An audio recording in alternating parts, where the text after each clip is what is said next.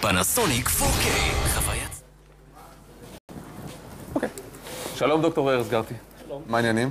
מצוין. מכון דוידסון לחינוך מדעי, הזרוע החינוכית של מכון ויצמן. מדע וספורט, פעם בה אנחנו נפגשים ואתה מלמד אותנו דברים, והיום אנחנו מדברים על פיזיקה על גלגלים. נכון, מכוניות מרוץ, במילים אחרות. זה נראה לי אחד מענפי הספורט הכי מגניבים, לפחות לילדים. זה גם כיף, וגם יש בזה פשוט טונות של מדע. אם נתחיל מהבסיס, מכונית זה בסך הכל קופסה עם גלגלים ומנוע. נכון. מכונית, המנוע נותן לה כוח, היא נוסעת, היא מאיצה בעזרת הכוח הזה, ואז מתחילה איזושהי התנגדות. יש לנו את האוויר שדוחף... דרך את המיקרופון. סליחה. יש את האוויר שמתנגד מצד אחד, יוצר לנו את החיכוך, יש את הכביש שמתנגד מתחת, יוצר גם הוא חיכוך, ויש לנו דבר שנקרא כוח עילוי, שבמצבים מסוימים יכול לגרום למכונית להתהפך, ואנחנו רוצים למנוע מצבים כאלה. אז יש לנו כל מיני דברים, כל מיני כוחות שפועלים על המכונית. כוח עילוי, שוב, זה הכוח של המטוסים וציפורים, ברגע שיש מהירות קדימה והכנף היא בזווית כזאת, אז מרים את המטוס. נכון מאוד. אוקיי. אז מה אפשר לעשות בשביל להתגבר על הכוחות האלה בצורה אופטימלית ולגרום למכונית לנסוע מהר אבל יציב? מה אנחנו רואים פה? מה שאנחנו רואים פה... זה שלדה של מכונית מרוץ. נכון. חורקת לחלוטין. נכון. למה השלדה כל כך חשובה כדי להדביק את המכונית לקרקע? אז שלדה יש כמה תפקידים. תפקיד ראשון זה קודם כל לנתב את האוויר, שהוא לא יתחכך בה יותר מדי, שלא יהיו יותר מדי במפס כאלה, שייצרו חיכוך ויעטו את המהירות של המכונית. ככל שהיא חלקה יותר אווירודינמית, האוויר זורם בלי מעצורים. חלקה ומעוגלת, כן. דבר שני, יש בה משהו שאולי לא תמיד אנחנו רואים, אבל יש כל מיני אזורי קיפול, שאם המכונית מתרסקת, אז שזה יספוג את מרב העוצמה. מה זאת אומרת אזורי קיפול? אזורים שבנויים בצורה כזאת שכשהיא מתרסקת לתוך הקיר, הם מתקפלים ובולמים את הזעזוע, בולמים חלק מה... זה מרווח כזה שיכול להתכווץ או מה, בשלדה עצמה של הרכב? כן, בצורה כזאת שזה לא ימעך את הנהג מבפנים. ואז הכוח של המכה החזיתית... נחלש ברמה מסוימת. כמובן ש400 קמ"ש לתוך הקיר, אין הרבה מה שאפשר לעשות, אבל זה עוזר במידה מסוימת. אבל הדבר הכי חשוב שהמבנה של המכונית נועד לתת זה יציבות. אנחנו רוצים שהמכונית תישאר על האדמה, אנחנו לא רוצים שהיא תתהפך, לא רוצים שהיא תקפוץ יותר מדי, והשלדה בנויה בצורה כזאת שרוב האוויר יעבור מעליה ולא מתחתיה. גם ברגע שהוא עובר מעליה, זה מצמיד אותה על הקרקע. בדיוק, זה מצמיד אותה לקרקע. זה מתחיל בזה שהמכונית היא נמוכה, היא מאוד מאוד נמוכה. אם תנסה להחנות מכונית כזאת בתל אביב על המדרכה, אתה תגלח את כל הגחון. היא כמעט נושקת לרצפה, זה נותן לה הרבה מאוד יציבות. שהמרכז כובד שלה נמוך, נכון? נכון, מרכז הכובד, בדיוק. דבר נוסף, יש את הספוילר הזה מאחורה. עכשיו, ספוילר זה המדף הזה שיש כל מיני אנשים שמתקינים על המכוניות שלהם בבית גם, אבל מה שהוא עושה, הוא פועל כמו כנף, רק הפוך. אם במטוס הכנף בנוי בצורה כזאת שהאוויר ידחוף אותו למעלה, במכונית הכנף היא הפוכה והיא בנויה בצורה כזאת שהאוויר ידחוף אותה למטה. אוקיי. עכשיו, כל הדברים הקטנים האלה, גם הצורה של המכונית וגם המרכז... הגלגלים, יש להם חשיבות? הגלגלים תכף נגיע. אוקיי. גם הספוילר, גם כל הפיצ'רים האלה שנועדו להחזיק אותה על הרצפה, זה הולך ומצטבר, והכוח שמופעל על המכונית הוא עצום. זאת אומרת, מכונית שהיא עומדת ומכונית שהיא נוסעת, הכוח שמפעיל אותה על הכביש שונה לחלוטין. אם נגיד מכונית שוקלת, לא יודע, משהו כמו קצת פחות מ-1,000 קילו, מכונית שהיא נוסעת, הכוח שהאוויר משקיע עליה זה 2,500 קילו. זאת אומרת, היא ממש דוחס אותה לתוך האדמה, ואנחנו עדיין רואים מכוניות מתהפכות. זה רק שתבינו את הסדרי הגודל של הכוחות שפועלים כאן. עכשיו נעבור לגלגלים. גלגלים של מכונית פורמולה 1, כמו זאת שאנחנו רואים כאן, הם מאוד מאוד רחבים. וכמו שאפשר לראות פה, כמו שאפשר לראות בתמונה, הם גם חלקים. עכשיו, הסיבה שהם רחבים זה גם בשביל לשמור על יציבות וגם בשביל לאפשר קירור של הגלגל בזמן נסיעה. הגלגל מתחמם וזה דבר שהוא לא כל כך טוב ותכף נבין למה. פעם היו עושים חריצים, היו 4 חריצים לאורכם של הגלגלים, זה נועד בשביל להאט אותם. היום כבר אין את הדבר הזה, היום מאז... צמיגים הם חלקים לחלוטין? חלקים לחלוטין. בוא נגיד עד 97, אם אני לא טועה, צמיגים באמת היו חלקים, ואז יצא איזשהו חוק שאומר שצמיגים במרוצי מכוניות חייבים להיות עם לפחות 4 חריצים, בעובי מסוים, בעומק מסוים. בגלל ענייני בטיחות. ענייני בטיחות וענייני תחרות, גם שייסעו פחות מהר יותר תחרות. ב-2007, אם אני לא טועה, הסעיף הזה בוטל, וכיום המכוניות, הגלגלים שלהם חלקים לחלוטין. אבל חוץ מהמבנה שלהם, יש גם את העניין של החומר שהם עשויים. הם עשויים מגומי שמסוגל לצבור הרבה מאוד חום. צמיג מגיע, יש לך ניחוש לאיזה... טמפרטורה? טמפרטורה, כן, לאיזה טמפרטורה יכול להגיע. צמיגים, הכביש הרי לוהט, החיכוך והמהירות הם גורמים לשפשוף באמת. צמיג בטח יכול להגיע לאזור ה-50, 60, 70 מעלות.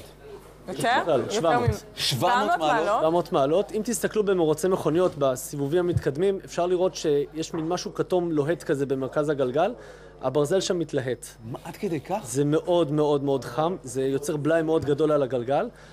רגע, הברזל הוא ניתח בכמה מעלות?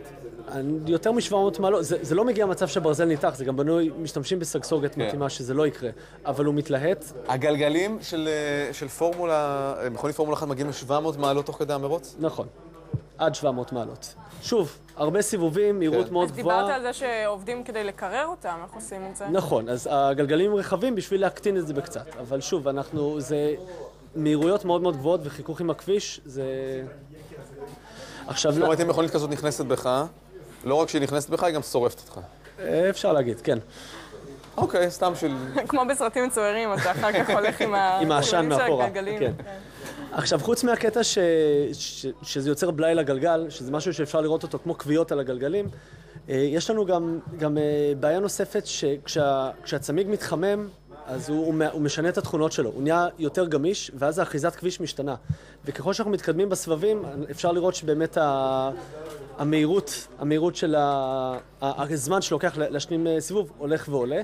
אחת הסיבות זה באמת בגלל שהאחיזת הכביש... הצמיג רך יותר והוא נדבק יותר לקרקע בגלל הטמפרטורה שלו? נכון, ובנוסף גם האוויר בפנים הולך ומתפשט. ככל שנהיה יותר חם, הגז מתפשט, האוויר מתפשט ומפעיל לחץ מתוך הגלגל. זה יכול לעלות ברמה שאפילו 17 פסאי, פסאי זה יחידות לחץ. זה כמעט 50%. זה משהו מאוד משמעותי. איך אומרים את זה אגב, שאני ממלא צמיג אוויר בתחנת דלק? זה יחיד... סתם קוראים לזה פסאי? כן, PSI. טוב, טוב לדעת. אז זה יכול לעלות ב-17 מעלות בגלל ההתחממות? 17 פסאי? רק בגלל ההתחממות. עכשיו, בשביל לפתור את זה משתמשים בחנקן במקום באוויר רגיל, כשממלאים את צמיגים ממולאים בחנקן ולא באוויר? ממולאים בחנקן יבש במקום באוויר רגיל. אחת הסיבות שעושים את זה גם בגלל שיש לחות באוויר. המים, החלקיקי מים שנמצאים בתוך האוויר, כשהגלגל מתחמם הם מתאדים, מתנפחים, מפעילים יותר לחץ, וזה לא משהו שאנחנו רוצים שיהיה. אוקיי, מה עוד? יש לנו גם את העניין של האיזון של הגלגלים. הגלגלים זה לא מספיק שהם שרק יהיו מהחומר ובגודל המתאים, אנחנו רוצים שיהיו מאוזנים, שהם לא ירקדו יותר מדי. ואני רוצה להדגים לכם מה קורה כשגלגל לא מאוזן. שזה הבאתי סביבון, כמו בחנוכה, ואני מסובב. אוקיי. הסביבון מסתובב, הוא... לא עוזר סביבון. אמנם לא הכי סימטרי, אפשר לראות, אבל יש לנו תנועה יחסית אחידה. אם הייתי מסובב אותו קצת יותר מהר, הוא היה מסתובב יותר חלק. אוקיי. מה יקרה אם אני אפר את האיזון? אם אני אשים חתיכת פלסטלינה על אחת הדפנות של הסביבון, רק מצד אחד, שזה לא יהיה... אני יכול לנסות? אני יכול לנסות. אתה מוזמן לנסות. הופה. רגע. הנה. תעשה אתה, יאללה. אוקיי. שימו לב, הופה. שימו לב, הוא מסתובב, הוא משתגע, הוא כל פעם נותן מכות קטנות על השולחן. כן. והסיבה לזה שאני הפרתי את האיזון, והוא רוקד סביב הציר שלו. כן, נכון, הוא לא סימטרי ב...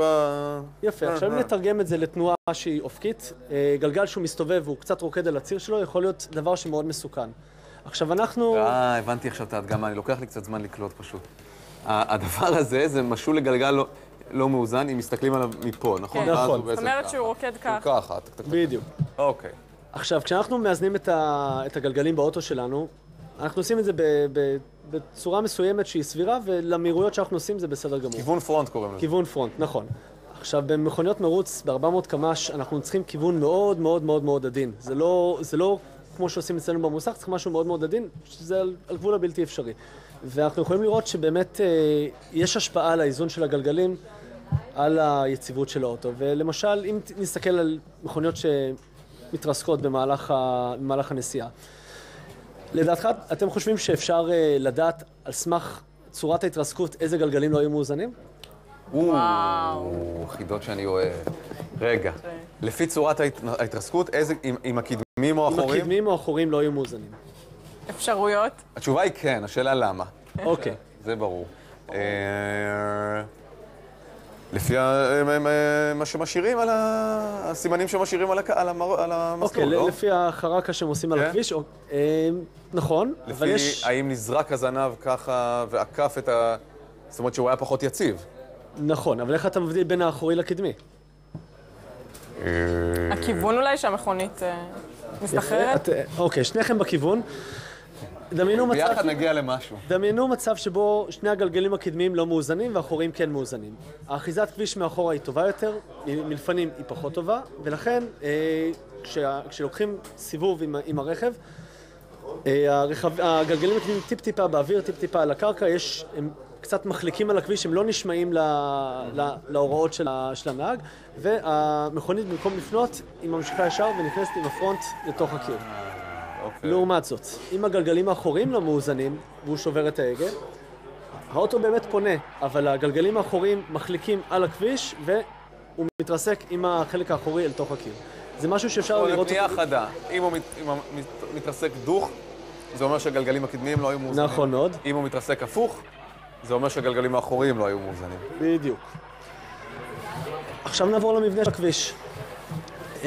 לא יודע לכמה מכם יצא לשים לב, אבל כשאנחנו לוקחים פנייה מאוד חדה עם האוטו, אנחנו מרגישים איזושהי דחיפה הצידה. ואני יודע למשל שאני נוסע באוטו... עוד פעם, סליחה. כשאנחנו לוקחים פנייה חדה עם האוטו... חדה או עקומה של הכביש? העקומה של הכביש ואנחנו שוברים את ההגה. או נכנסים מאוד מהר לתוך עקומה, אז אנחנו מרגישים שאנחנו נדחפים הצידה. אני יודע עם הילדים שלי, כשאני עושה פנייה חדה, עפים אחד על השני, ואז גם מתחילים ללכת מכות תוך כדי. ככה אתה נוהג שהילדים שלך באוטו? מה זה? ככה אתה נוהג שהילדים שלך באוטו? תראה מה זה. אוקיי. אתה גם מרים האנברקסים תוך כדי? נגיע לזה תכף. אוקיי. אם תסתכלו על הכבישים בעקומות מאוד חדות, תראו שהכביש הוא טיפ-טיפה מוגבע. יש איזושהי הגבהה קלה. ובמסלולי מרוצים ההגבהה היא משמעותית. זאת אומרת, הגבהה לצד אחד, זאת אומרת, הכביש נוטה. כמו שאנחנו רואים עכשיו, שבצד החיצוני הוא תמיד גבוה יותר מהצד הפנימי. נכון מאוד. זה שהרכב לא יעוף מהכוח הצנטריפוגלי שלו. יפה. אז באמת אתה עלית על הנקודה. כשאנחנו פונים עם הרכב, בכלל כל גוף שהוא פונה, אפשר לדמיין מצב שהוא משלים מסלול מעגלים, מעגל דמיוני, ורכב שנע במעגל מופעל עליו כוח ממרכז המעגל החוצה. זאת אומרת, הפוך מכיוון הפנייה.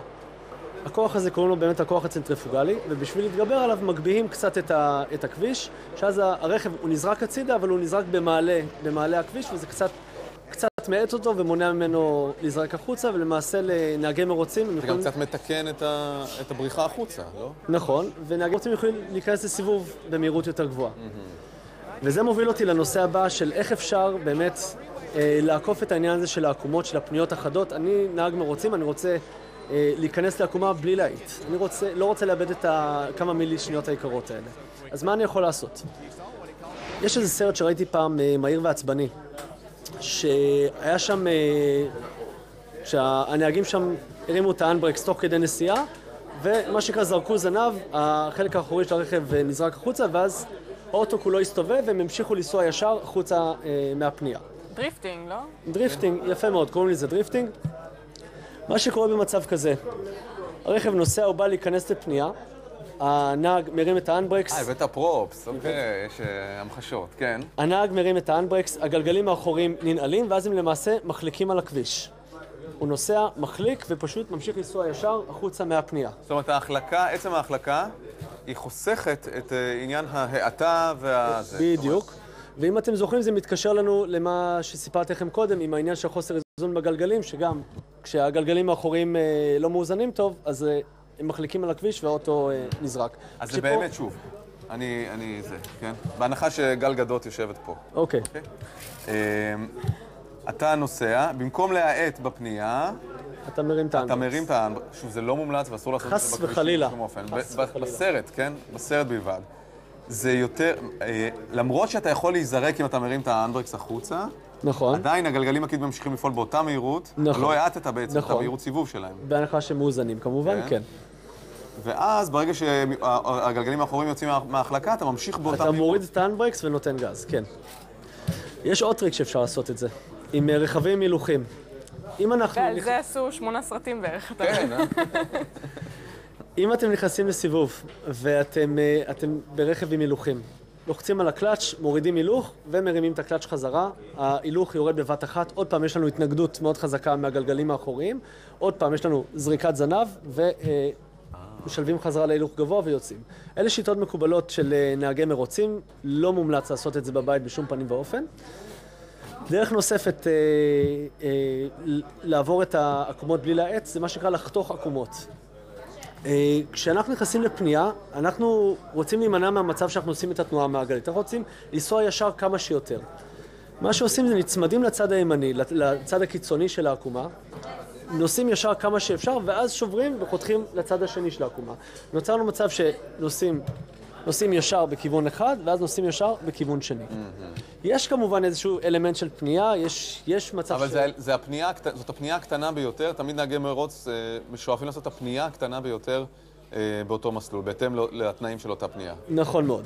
את המסלול הקצר ביותר, כביכול, היעיל ביותר. נכון מאוד. למעשה מנצלים את כל הרוחב של הכביש בשביל לפנות כמה שפחות.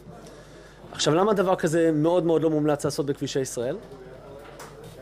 כי יש משטרה. חוץ מזה? כי הייתי פעמיים לנתיב הנגדי. מונעת. כשאתה מנצל את כל רוחב הכביש, אתה נכנס לנתיב הנגדי, ואז זה יכול להיגמר מאוד מאוד לא טוב. לא, אבל אם אתה פונה מחד סטרי לחד סטרי, אתה יכול לעשות את זה. בסדר. בוא נתחכם. אוקיי. עכשיו, דבר נוסף, כשרואים צופים במרוץ מכוניות, יש את הצליל הזה של המריחה, שמכונית חולפת על פניך, וזה גם ניאו. נכון. אז כאילו הצליל משתנה מטון גבוה לטון נמוך.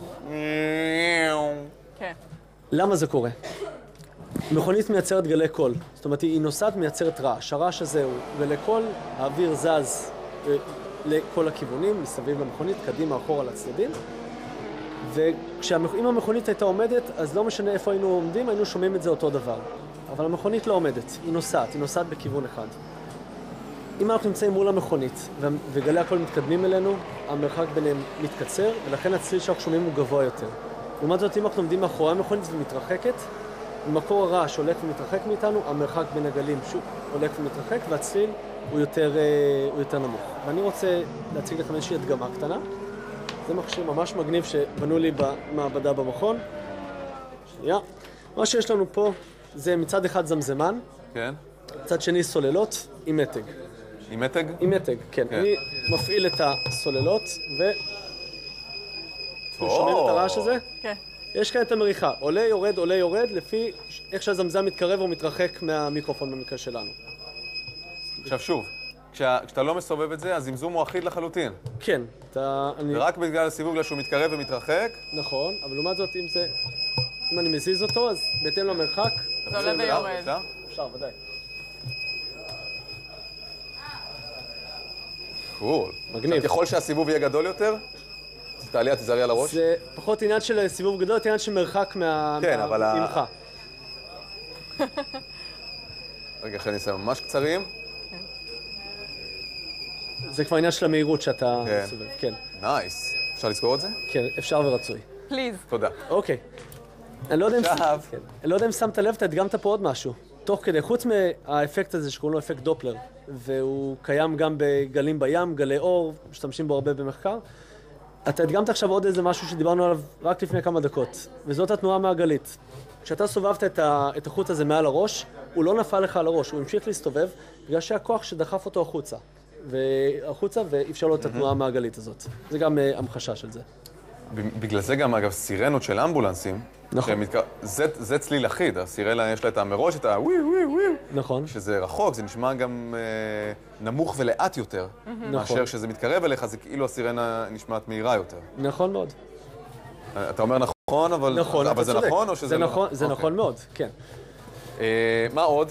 דבר אחרון שאני רוצה לספר לכם היום, זה משהו שהתחלתי לדבר עליו קודם, שהמכוניות, ככל שאנחנו מתקדמים במרוץ, הטיימלאפ שלהם, הזמן שלוקח להם להשלים סיבוב, הולך ויורד. ועשו איזשהו חשבון, זה יוצא בערך משהו כמו עשירית שנייה לסיבוב. עכשיו, עשירית שנייה בסיבוב אחד זה לא נורא, ככל שאנחנו מתקדמים בתוך מאות סיבובים, זה הולך ומצטבר לפרקי זמן ארוכים. וזה נובע מכל מיני סיבות. סיבה אחת זה הגלגלים, כמו שאמרתי קודם. זאת אומרת, לוקח להם יותר זמן לעשות סיבוב. עוד פעם, מתווסף עוד עשירית ועוד עשירית. נעטות בעצם. הסיבובים המהירים? נעטות? מעטות, כן. הסיבובים המהירים ביותר הם בתחילת המרוץ. נכון. עכשיו, זה קורה גם בגלל הצמיגים, שהלחץ אוויר והבלאי והאיזון של הגלגלים, אז זה גם קורה בגלל שהדלק הולך ונגמר. האוטו נהיה יותר קל ולכן הוא נהיה יותר איטי. נשמע לך הגיוני? לפי מה שהסברת עד עכשיו, כן, בגלל שהוא נהיה קל יותר, הנטייה שלו היא לעלות למעלה והוא פחות יציב. ולכן פחות אפקטיבי. נכון. להרבה אנשים זה לא אינטואיטיבי, כי מה, האוטו נהיה קל יותר, אז הוא צריך לנסוע מהר יותר. נכון. אבל באמת, כל המאזן של המשקלים והלחצים מתערער לנו, והרכב נהיה פחות יציב, ובגלל זה הוא משלים את הסיבובים יותר ויותר לאט. בגלל זה יש תחנות שעוצרים בדרך, ממלאים דלק, מחליפים גלגלים. תיאורטית, יש מרוצים שמחליפים נהגים הרי. כן. צריך לשים את השמנים יותר בסוף. לא בהכרח, אתה פשוט צריך לתכן את הלחץ בגלגלים בהתאם למי שנמצא באוטו. אוקיי. היה מאוד מעניין, דוקטור ארז גרטי, תודה רבה לך.